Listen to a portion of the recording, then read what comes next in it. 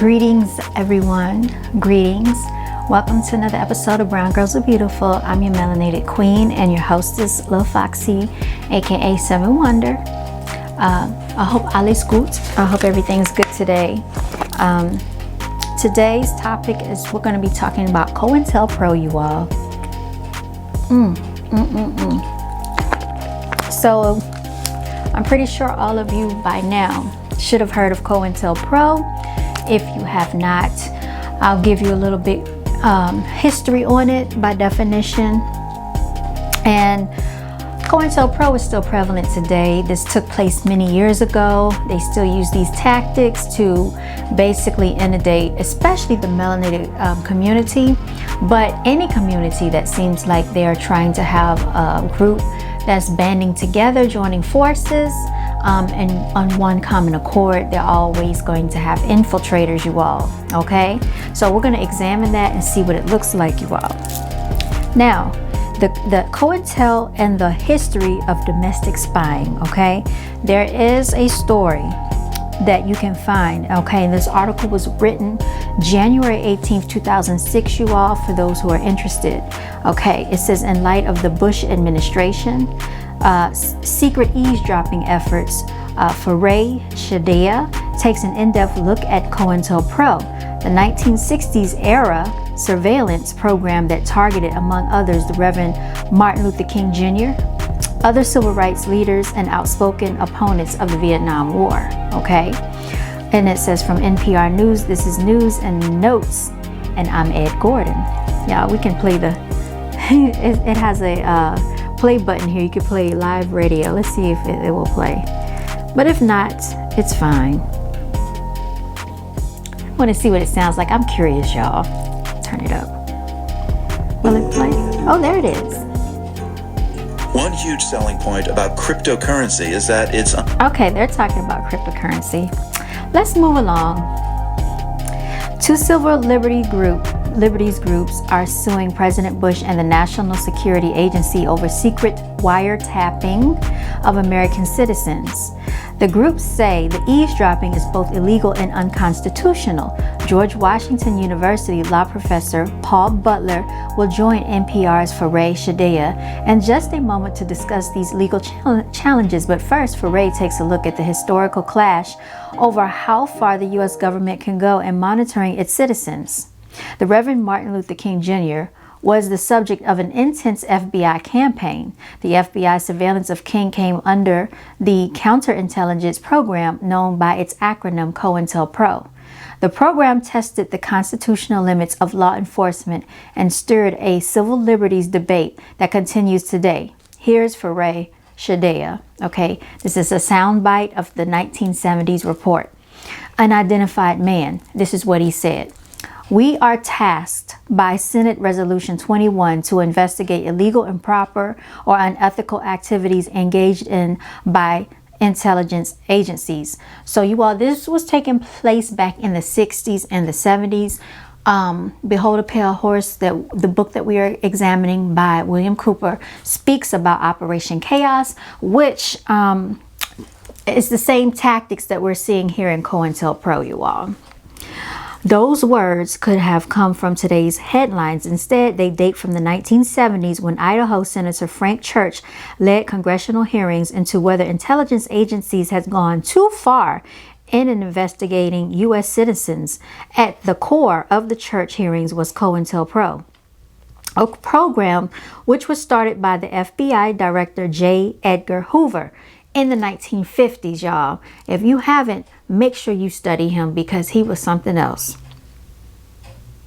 Him and John B. Lyndon, I think that was his name.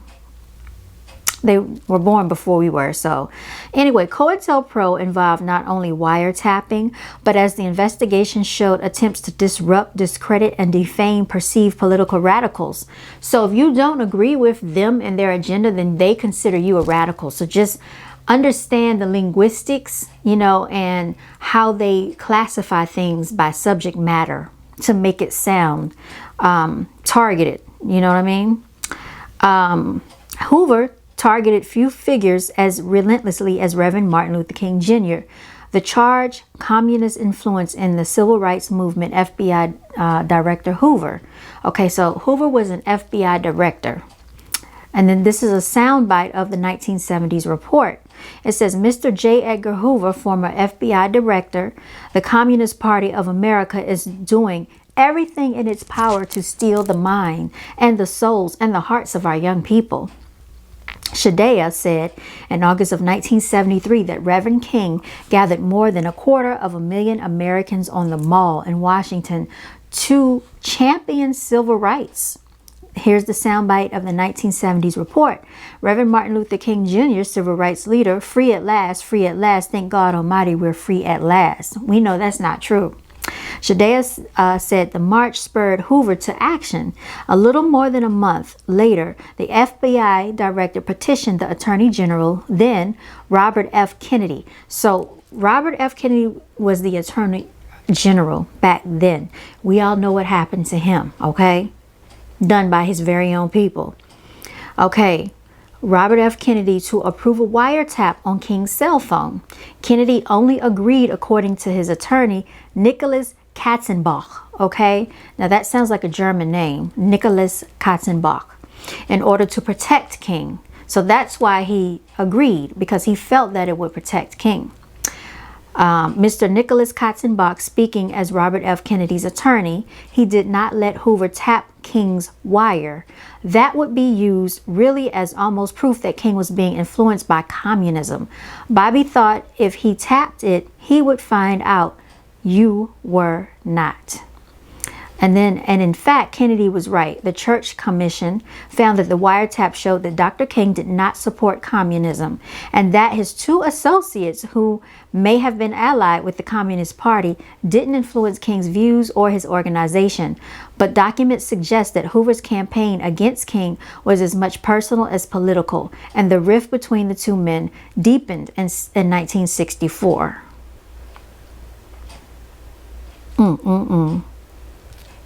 This is a news broadcast of 1964. There was an unidentified man. The 3 civil rights workers who disappeared in Mississippi last Sunday night have still not been heard from. There is little hope they are still alive, okay? So you catch the drift of what's going on. People are being taken out. They were doing it back then. They're still doing this now. After the disappearance of 3 freedom riders, King publicly questioned whether the FBI had done enough to safeguard the lives of civil rights activists and black citizens. An enraged Hoover then began to publicly denounce King, telling reporters that King was the most notorious liar in the country. Journalist Ronald Kessler wrote the bestseller, The Bureau, The Secret History of the FBI. Mr. Ronald Kessler, author, Hoover really got ticked off because King criticized the FBI. And he said that the FBI has agents in the South who are segregationists. And actually, that wasn't true. The FBI was, in fact, working on civil rights at the time, but that was enough to infuriate Hoover, and decided that Martin Luther King was an enemy to the country. Now listen to this, y'all. How do you classify him an enemy to the country? At this point, it was all-out war between the quintessential American law man and the preacher who made his name challenging the righteousness of American law. Others were drawn into this battle. King associate Reverend Jesse Jackson was also targeted by CoIntel Pro. I want you to take notice of what role Jesse Jackson plays today. And I want you to take notice that he is mentioned with CoIntel Pro right along with Martin Luther King Jr. As King's fame grew, so did the FBI's campaign to discredit him. The Bureau compiled a tape recording of Reverend King with extramarital lovers and sent him a copy, so they were blackmailing him, along with an anonymous note. They put not, but I think they meant to say note, that read in part, King, there is only one thing left for you to do. There is but one way out for you. You better take it before your filthy, fraudulent self is barred to the nation. Or is bared to the nation. So they were going to expose him in front of the entire nation, so that everyone could see him in a different light. But you all know that politicians do this stuff every single day. Every time the elections start, that's when they start bringing up people's past, what they did all the dirt that they've done in their lifetime. Efforts to discredit Reverend King intensified as he began to criticize the Vietnam War. He was assassinated in Memphis on April 4th, 1968. Hoover continued the campaign to discredit the civil rights leader and his legacy. Former FBI Associate Deputy Director Oliver Buck Revel says that most agents did not know about CoIntel Pro, and many disagreed with its tactics once they came to light. Mr. Oliver Buck Revel, former FBI Associate Deputy Director, probably less than 200 people in the FBI ever knew of or were involved in CoIntel Pro. And the other 8,000 agents were like, I was investigating organized crime, all types of bank robberies and violent crimes. And it just seemed to be so out of character with the FBI that I joined and that I believed was essential to protect the rights of American citizens. So even they're saying people that were involved in it didn't really understand the structure and the organization of it. And they joined along. Unbeknownst to them, they didn't know that they were crooked. Ms. Kate Martin, director of the Center of National Security Studies, so the Foreign Intelligence Surveillance Act, which is much in the news today, was one of the key recommendations of the Church Committee, which basically put limits on secret national security wiretaps, and that was passed in 1978. So as you can see, it tells you how they're starting to tap the American citizens. That was done in 1978, you all. That act, nicknamed FISA, F-I-S-A, provides the grounds for today's legal challenges to government surveillance. But FBI veteran Revel says President George W. Bush has done nothing wrong. They're going to protect their own, y'all. When the FISA statute was passed, Griffin Bell made a statement that this did not preempt the president's constitutional authority to order surveillance where it was appropriate against possible hostile organizations or nations. Y'all, they are a trip. But as far as the constitutionality of it, I think the president will be found to have acted within the scope of his authority. Still, former Attorney General Katzenbach sees clear parallels between COINTELPRO era surveillance and today's legal battles.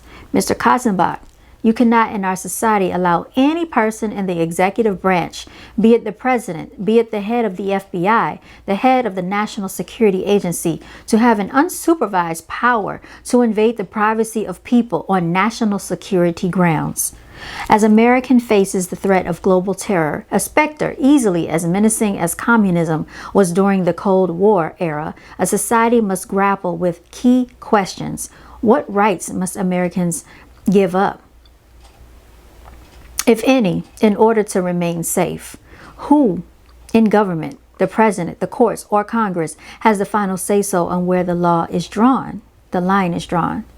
All right, so basically right there, that gives you a little backstory on COINTELPRO.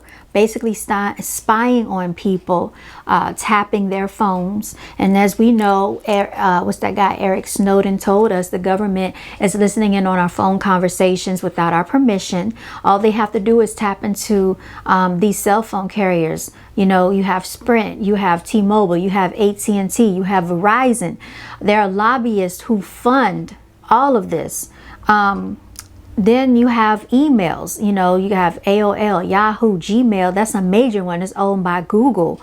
You all, do you remember the case that was brought up with Cyrus A. Parsa on behalf of the world's people? And he named so many people in that. And we're going to examine that again. It came out in February of 2020. And for some reason, everyone ignored it and started paying attention to COVID instead. So I think that was very interesting.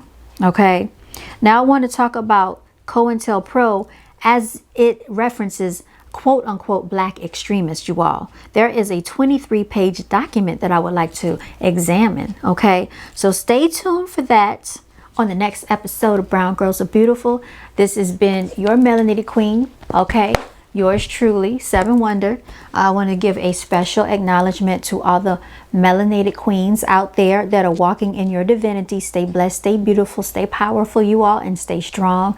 All the true warriors, thank you for defending and standing up in our honor, for protecting us, for providing for us financially, emotionally, and in every other way that you would have someone to provide for your mother, your daughter, or your niece. And I also want to say to all the princes and princesses out there, continue to walk in your divinity, continue to thrive in your talents. Thank you so much to all my subscribers, all my supporters. If you enjoyed this little video, this short rendition, maybe that's not the right word to use, but if you enjoyed this synopsis of CoIntel Pro, give the video a thumbs up, like the video, share the video, subscribe, because we talk about a lot of prevalent things that actually impact everyone here in society, not just a little small group of us, but us as a majority, as a whole, as an entirety across this nation and internationally as well. Shout out to everybody in Europe, Asia, Africa, all the continents, Canada. What do I want to say? I wanted to say something to you in Deutsch or in German. I want to say, haben Sie alles einen guten Tag, okay? I hope I said that correctly. If I didn't, please correct me. But anyway, I just said, have you all a very good day, okay? And das Wetter ist sehr schön. That means the weather is very pretty today. It is approximately 83 degrees outside, so it's quite hot. And I would have done a video outside, but you all, I did not want to start sweating out there. And plus my hair is frizzing up because of the heat. I just flat ironed it yesterday, and this is already what I'm working with, y'all. Shake it fast, okay? Watch yourself. Show me what you're working with, y'all. Don't get me started. Y'all, I'm just a mess. Anyway, I'm gonna go and I'm gonna work on some other things. You can follow me on Instagram. That's brown.girls.r.beautiful. And what else? Also, I am on Facebook. Okay, I have several different Facebook pages. I'm really not that active on them. You can look me up, 7 Wonder. That's SEVENWONDER, I believe. I also have another one. It's 7THWONDAR. And what else? B.G.A.B clothing at gmail.com if you'd like to reach out to me. The website right now is being reconstructed, okay? And so that is it. Thank you so much, y'all. Until next time, you stay blessed.